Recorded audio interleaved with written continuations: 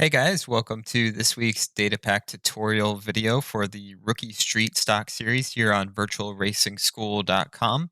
This week we are at Charlotte Motor Speedway, and just wanted to give you guys a quick tip here. Um, when you when you go to this main page for the data pack, you can click follow, and that will put this data pack at the top of your list. So instead of having to scroll through and find the data pack that you want, just click on the follow button. And that way it'll be right at the top of the list, and you'll know where it is in the few number of series that you have followed. So here's week number one. Let's go ahead and click on view laps. And this week, we're basically simulating what most of the daytime conditions will be at Charlotte Motor Speedway. We kind of took the average of all the different weeks and then came up with a 102-degree track temperature. So we'll go ahead and click on Learn Track. And this is going to load up Ray Alfalla's first lap. This is our coach for this week. Ray is going to go into turn one here, and he's not going to let off the throttle. He's going to be wide open, and let's go ahead and make sure we have the right. Yeah, it defaults to his fastest lap, so we need to click on lap number one.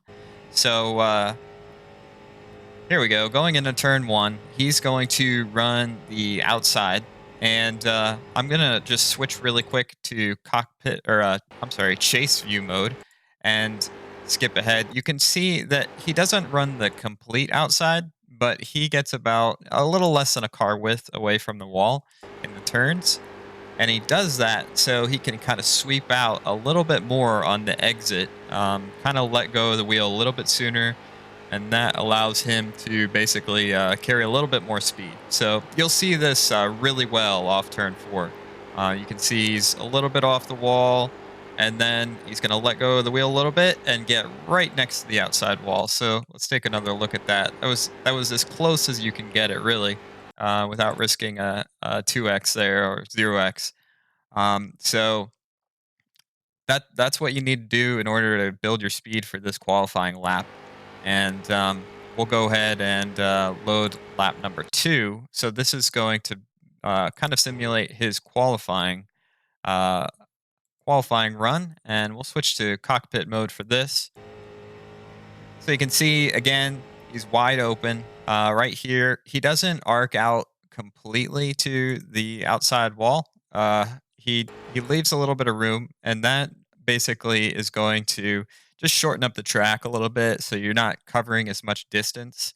But he's going to get right down to this blue line, and that's really going to be key to getting a good qualifying effort in this week, and beating the guys when you're wide open. You have to get down to this blue line with your left side tires.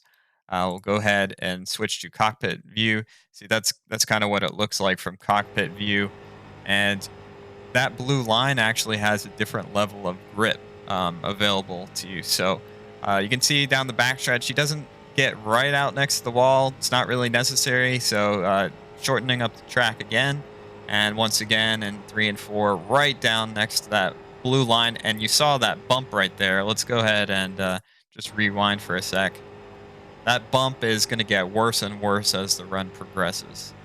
So that's his qualifying lap. Just cut the travel as much as you possibly can. So lap number 7 ended up being his fastest. So you're going to keep building speed until around that time, and we'll go ahead and click on lap 6 here though, because Ray's showing you how to run the outside line. Basically, it's pretty self-explanatory, but you do, as a rookie, you want to make sure that you practice running the outside, because in reality, you're not going to be able to run most races completely right around the bottom, and you know, without the fact that you might get potentially passed on the inside. This is not faster, by the way. You don't want to be running up here during the race. Even with the dynamic track model, it's definitely not the fastest way. It's going to be quite a bit slower. So that's what he was illustrating in that lap. And another thing that I wanted to make sure to show you guys was lap number 9, and this was down the back straightaway. Um, no, sorry, I'm on the wrong lap, but let's go to.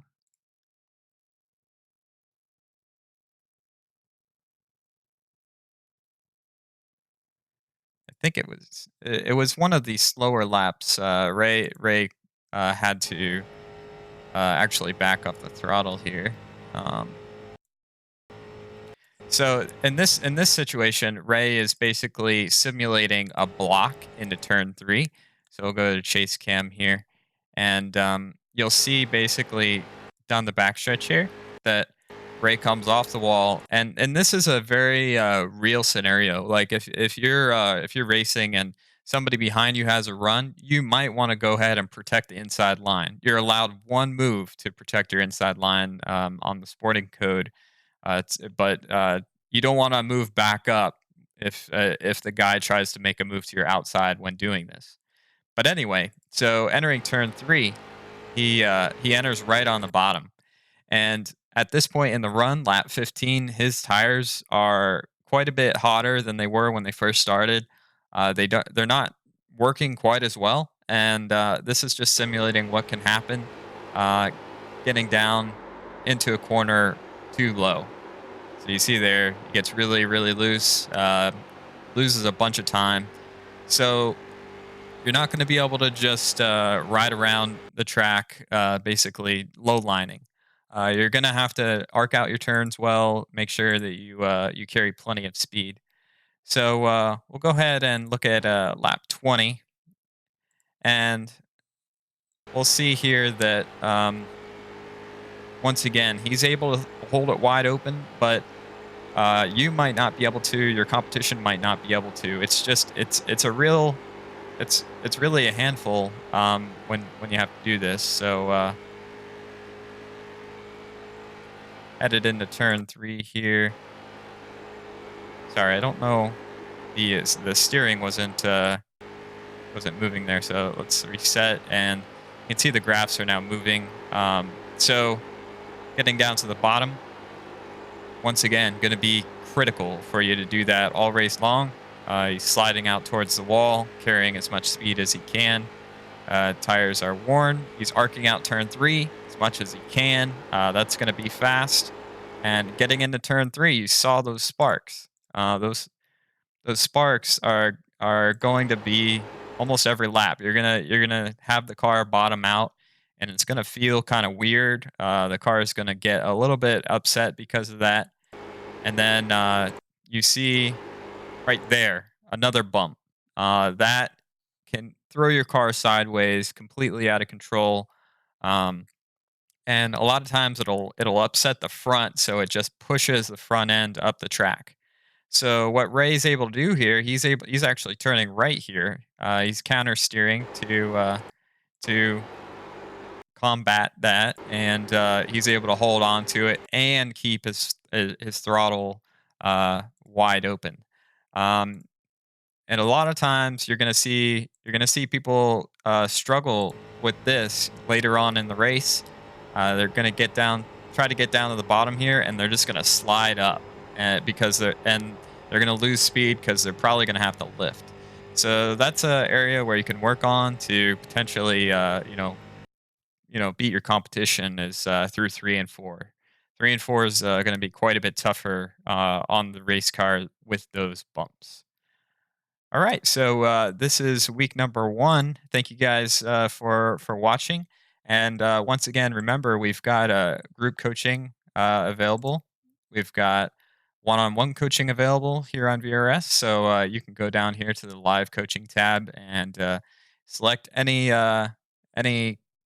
coach you'd like from our list of coaches. We have a whole wide diversity of skill sets and people on our team who can help. So we look forward to working with you, and we'll see you again in the next Datapack video. Thanks. Bye.